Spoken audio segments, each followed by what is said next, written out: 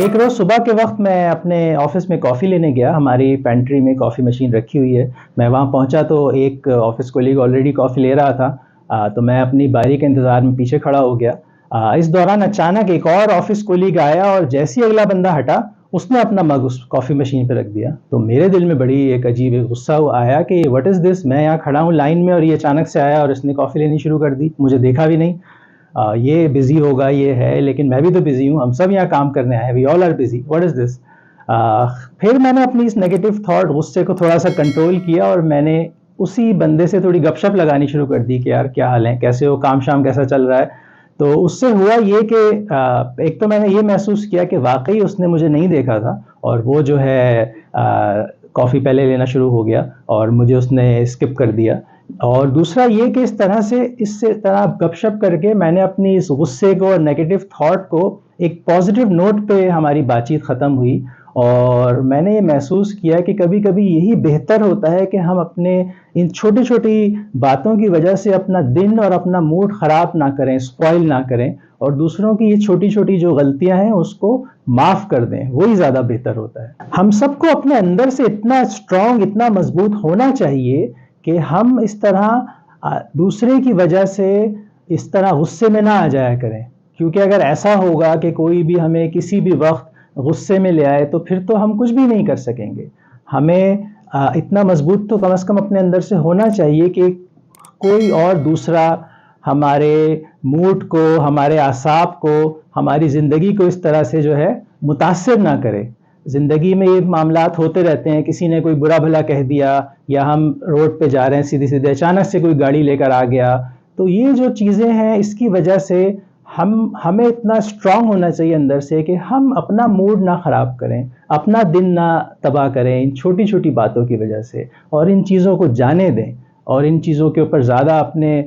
ان باتوں کو زیادہ اپنے اعصاب پہ سوار نہ کریں. یہ تو چھوٹے چھوٹے معاملات ہو گئے، لیکن غصہ بہرحال ایک فیکٹ ہے. ہم سب کو غصہ آتا ہے اور یہ اینگر مینجمنٹ جو ہے یہ بعض اوقات بہت امپورٹنٹ ہو جاتی ہے. تو جہاں تک غصے کی بات کریں تو یہ غصہ جو ہے یہ ہمارا ایک ایموشن ہے اور یہ 11 منٹ تک رہتا ہے. تو اگر ہم نے اپنے غصے میں 11 منٹ تک اپنے آپ کو کنٹرول کر لیا تو صحیح ہے، ورنہ اگر ہم نے غصے کی حالت میں ریئیکٹ کر دیا تو پھر یہی ہوگا کہ ہم بھی غصے میں، دوسرا بھی غصے میں، اور بات جو ہے پھر وہاں تک چلی جا سکتی ہے کہ اس کے بعد صرف پچھتاوا ہی رہ جائے گا. تو غصے میں، جب بھی ہم غصے میں ہوں، ہمیں چاہیے کہ ہم ایک کام کریں اور اس کو کہتے ہیں ویٹ. جی ہاں، اگر ہم اس غصے میں اپنے ریئیکشن کو تھوڑا سا کنٹرول کر لیں، رک جائیں، تو غصے سے جب ہم نکل جائیں گے تو ہم زیادہ بہتر انداز میں سچویشن کو ہینڈل کر لیں گے. اسی لیے کہا جاتا ہے کہ ایک چپ 100 سکھ. یا پچھلے دنوں میں لوگ کیا کرتے تھے کہ چپ کا روزہ رکھ لیتے تھے کہ بھئی ہم بولیں گے ہی نہیں. تو غصے میں اگر آپ جو ہے اپنے ریئیکشن کو کنٹرول کر لیں، اس طرح ہولڈ کر لیں، تو ہم غصے کی سٹیٹ سے باہر آ جائیں گے، اور غصے کی سٹیٹ سے باہر آ کے اگر ہم کام کریں گے تو وہ کام زیادہ بہتر ہوگا. نپولین بوناپارٹ کے بارے میں مشہور ہے کہ اس کو جب کوئی بہت برا، کوئی نیسٹی قسم کا خط لکھتا تھا تو وہ خط 3 ہفتے اپنے پاس رکھتا تھا اور 3 ہفتے کے بعد اس کا جواب دیتا تھا، جب تک وہ اس غصے سے اور اس کے جو برے اثرات تھے الفاظ کے اس سے وہ نکل جاتا تھا. اسی طرح جب ہم غصے میں ہوں تو اس سے نکلنے کے طریقے کچھ یہ ہو سکتے ہیں کہ غصے میں ہیں ہم تو ہمیں چاہیے کہ ہم پانی پی لیں، یا ہم جو ہے زمین پر لیٹ جائیں. زمین پر لیٹنے سے بھی یہ ہوتا ہے کہ زمین کے اندر یہ طاقت ہوتی ہے کہ وہ ہمارے جو فائری باڈی ہوتی ہے، جو حرارت ہوتی ہے ایکسٹرا، وہ اپنے اندر لے لیتی ہے. یا اس طرح ہم غصے میں واک کرنا شروع کر دیں. یہ کچھ کمپنیز کے سی ای اوز ہوتے ہیں، انہوں نے اپنے آفس میں ہی ٹریڈ مل رکھی ہوتی ہے کہ جب غصہ ہے یا اس طرح کا کوئی معاملہ ہے وہ ٹریڈ مل پہ دوڑنا شروع کر دیتے ہیں، تو اس سے ان کے غصے کی جو کیفیت ہے وہ ختم ہو جاتی ہے، کم ہو جاتی ہے. اس اینگر مینجمنٹ اور اس اینگر ڈسپلن کے لیے ایک چیز اور یہ بھی ہو سکتی ہے کہ ہم یہ سوچیں کہ دیکھیں ایک جج ہوتا ہے، اس کے سامنے قاتل کھڑا ہوتا ہے، اس کو پتا ہوتا ہے کہ یہ قاتل ہے، لیکن پھر بھی جج اس سے پوچھتا ہے کہ کیا تم نے اپنی صفائی میں کچھ کہنا ہے. اسی طرح قیامت کے روز خدا ایک گنہگار انسان کو دوزخ میں ڈالنے سے پہلے اس سے پوچھیں گے، اس کو صفائی کا موقع دیں گے، اس سے پوچھیں گے کہ کیا تم نے ایسا کیا، یہ غلطی کی. تو جب خدا بھی انسان کو اتنا موقع دے رہے ہیں، یا ایک جج بھی ایک قاتل کو اتنا موقع دے رہا ہے یہ جانتے ہوئے کہ وہ قاتل ہے، تو ہمیں بھی چاہیے کہ ہم کسی دوسرے انسان کو اتنا موقع تو دیں کہ وہ اپنی بات کہہ سکے، اور ہو سکتا ہے وہی بات ہے کہ ہمیں لگ رہا ہے اس کی بات غلط ہے، لیکن اس کو ایک موقع تو دیں۔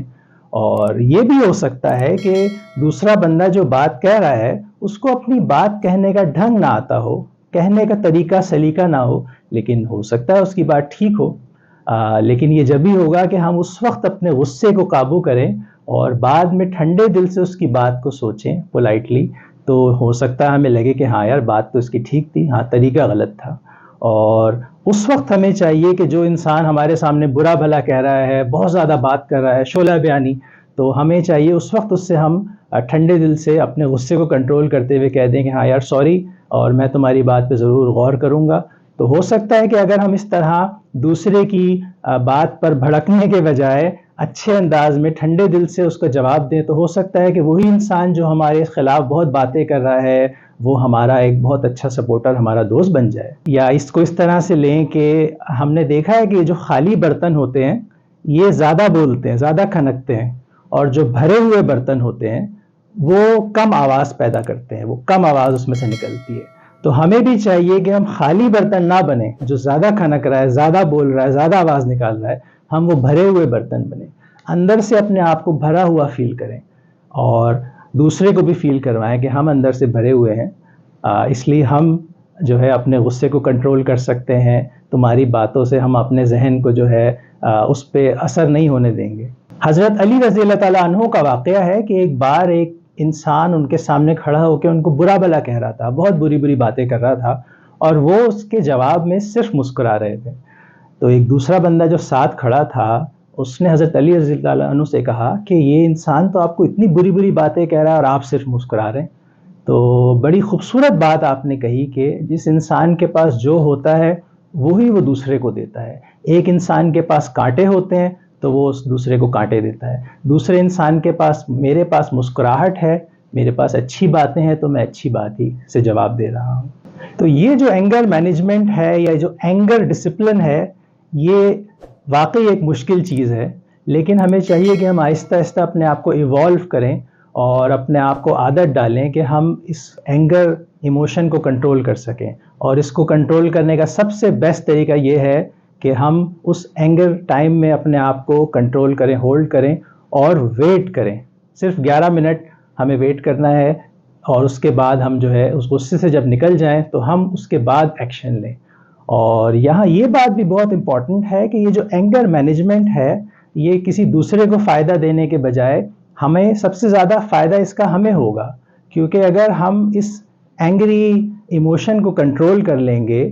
تو اس سے ہم اپنے ذہن کو، اپنے آپ کو دوسرے کی باتوں سے، دوسرے کی غلط باتوں سے محفوظ رکھ سکتے ہیں۔ اگر ایک انسان کو کوئی سانپ ڈس لے تو اس سانپ نے تو اس کو ڈس لیا، کاٹ لیا، لیکن اب یہ اس انسان کا کام ہے کہ اس سانپ کے کاٹے کے بعد اس کے زہر کو اپنے جسم میں پھیلنے سے بچائے۔ تو اسی طرح ہمیں بھی یہ چاہیے کہ اگر کسی انسان نے اپنی باتوں سے، اپنی باتوں کا، اپنے عمل کا زہر پھیلا دیا ہے، لیکن ہمیں یہ چاہیے کہ ہم اس زہر کو اپنے جسم میں نہ جانے دیں، ہم اس زہر کو اپنے جسم میں، اپنے اعصاب پہ، اپنے دماغ میں سوار نہ کر لیں، اس کو پھیلنے نہ دیں، اور ہم اس کو کنٹرول کر لیں۔ اگر ہم ایسا کر لیں گے تو ہم اپنی لائف کو بہت زیادہ پرسکون اور اچھا بنا لیں گے۔